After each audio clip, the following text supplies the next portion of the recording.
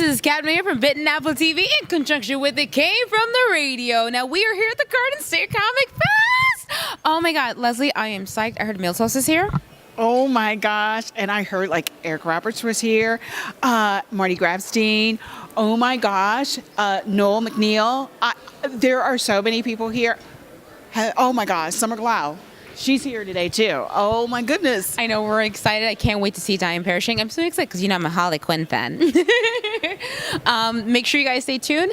Be sure to check out what it is that we get to see here. Mwah! At the Showboat Hotel. Hey guys, this is Cadma from Bitten Apple TV in conjunction with It Came From the Radio here at Garden State Comic Fest at the Showboat Hotel in Atlantic City. Now, you guys, you may have seen him very consistently. We're very big fans of Ben Goldsmith here.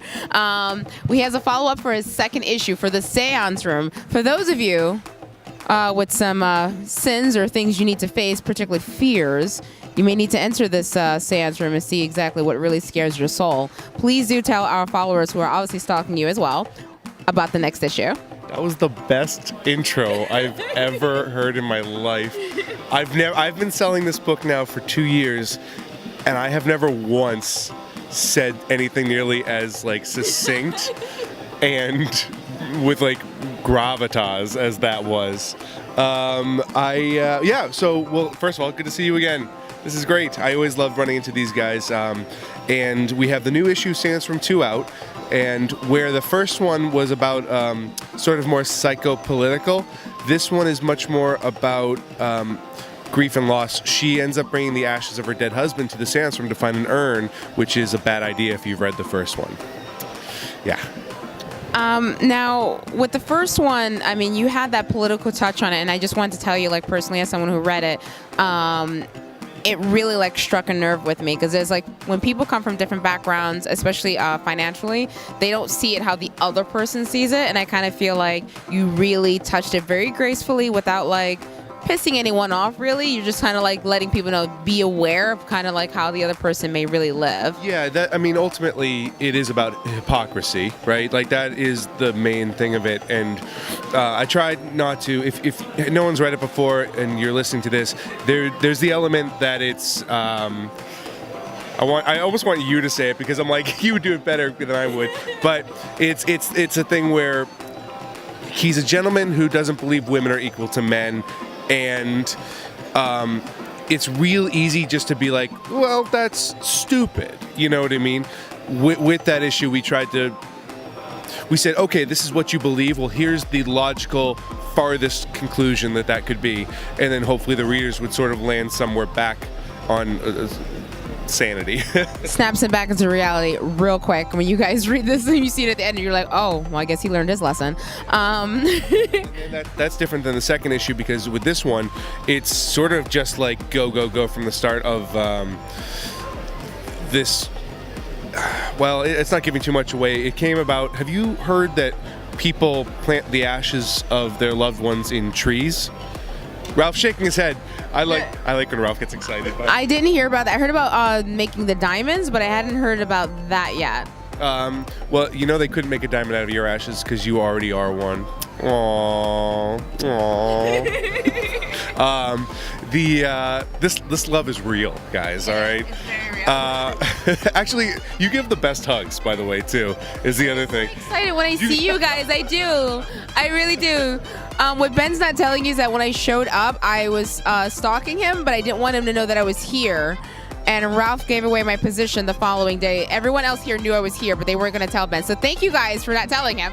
Yeah, if you guys, you all did no tweets, no nothing. We were good. If you guys, if you've not met Ralph, his hair is so luxurious that Cadma was wearing a silver shirt yesterday, and I still saw Ralph first. What the hell was I just saying?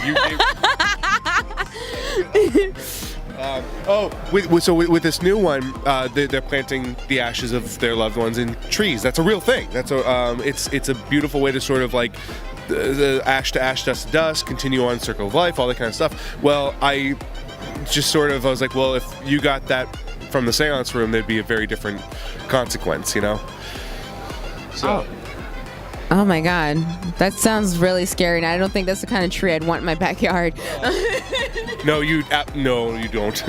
I will say, if I can just show the Kayla, if you guys know, and you've interviewed Kayla before, and she loves you guys. She's a too. beautiful artist. This is what I wish you guys, if she could make that like as a painting, I would love to hang that on a wall. Yeah, this is one of her like the best. You know, one of the things that just stands out. In the last one, we had that, you know, that nice page of all of the ghosts. You know, I feel like each issue she does that one sort of mantelpiece picture, right? So then in this one, this one for me is everything, and you can see like her colors are getting sharper. Just in general, her storytelling is getting better and better. She's, I'm thrilled, blown away, and a fan at the same time. She's really incredible, and what I love the most about that in particular is the passage of time that you can really see in there, and you kind of just fold into like, oh my God, how much time is passing? What's happening? Shout out to you, my love. Also, third issue, like how soon do you think you'd get the third issue out? Like what's next on the agenda for you guys? It depends on how fast all y'all tweet at us and hit us up, and you know, support always makes things go faster. But hopefully, I mean, 100% this time next year we will have the third one out. It's just a matter of, can we whittle that down? Tweet at SourcePoint Press. Where's my seance room? Tweet at me. You're the jerk who wrote it. Make it happen. Tweet, you know, tweet at Cadma. Be like, Cadma, throw things at him when you see him at conventions until there's a third issue. What you do here is, I really do love the seance room, and I love the fact that it does make you stop and reflect on yourself, and it makes you really kind of look at your surroundings, look at other people very differently. Like, it's a thinking comic. Whether you meant that to be like really like that in depth, yeah, it's really awesome. Also, quick shout out to my wife. That's right, Casey. Third issue to Nora is out, guys. Look at that cover. Ba-bam! Cover Jason Westlake right there, ladies and gentlemen. You have. Oh, I'm saving this one for Ralph. Is what he's telling me. Now, for those of you who are like, "What's Nora about?" Nora is particularly about a woman who has the ability that you're not quite prepared for. So the first issue starts off with her in somebody's mind, and that's all I'm going to tell you. The one thing I think she won't be mad at me saying is that she is a coma fisher, is that she gets hired to go in and pull people out of their comas. And I think that's all I can tell you behind the paywall. After that, you got to pay for information. Yeah, it's intense, and it's definitely worth it. I mean, how many of you can say that you do that for like a living? I'm just saying, and that's all I'm saying. And if you can say that, come meet me, because that is interesting. That'd be a nice crossover. Like, I'm actually the real Nora. Like, oh dear. How crazy would that be? She's Nora. If you're watching right now, first of all, Casey owes you so much money. Wifey, we'll figure it out. Don't worry, Bo. For those who are like, they want to check out everything for SourcePoint Press, of course, plug in your information where they can come find you. Sure, you guys can come to sourcepointpress.com. We are actually, this is the new good news.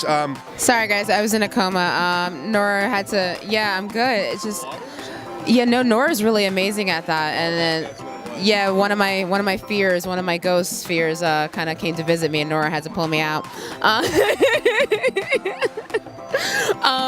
So I believe before I went out, what was my last? Oh, that's right, pluggings. Where can people come find you guys? Sure. So if you go to sourcepointpress.com, you can find everything. You can find all of our comics, all of our creators. We're all there. The cool thing is that we are now in Diamond Distributors. So yeah. You're hearing it now on Bitten Apple TV. That's right. Oh my God! Congratulations. Thanks, guys. Yeah, it definitely says a lot about Travis McIntyre, our editor-in-chief, Josh Werner, the guy who works endlessly. I feel like I'm at the Oscars, and also my mom. And no, don't play me off. No, guys. No. Oh my God, it's so fast. And then the one thing I will say that helps so much, guys, is all of you who have helped make Cadma, the amazing show that it is, Bitten Apple, the amazing show that it is, and Cadma, the star that she is, even though you were before them, they just all realized, is that go to those comic stores, ask them, say, we want Source Point Press, and you become a legitimate superhero to all of us when you do that. Make sure you guys do that. You will not be disappointed by the books that they have here. It's incredible. And of course, I think you should figure out what your fear is. Yeah, careful coming into the seance room, guys, unless you're ready for some real shit. Can I swear? I don't think I've ever sworn on the show before. That's never stopped, Nay. It's never. It's remarkable we've gone this long. I finally swore once. Yes. That's incredible. Thank you so much again, Ben, and I really love what you guys put together. Thanks, Cadma. You're the best. Bye.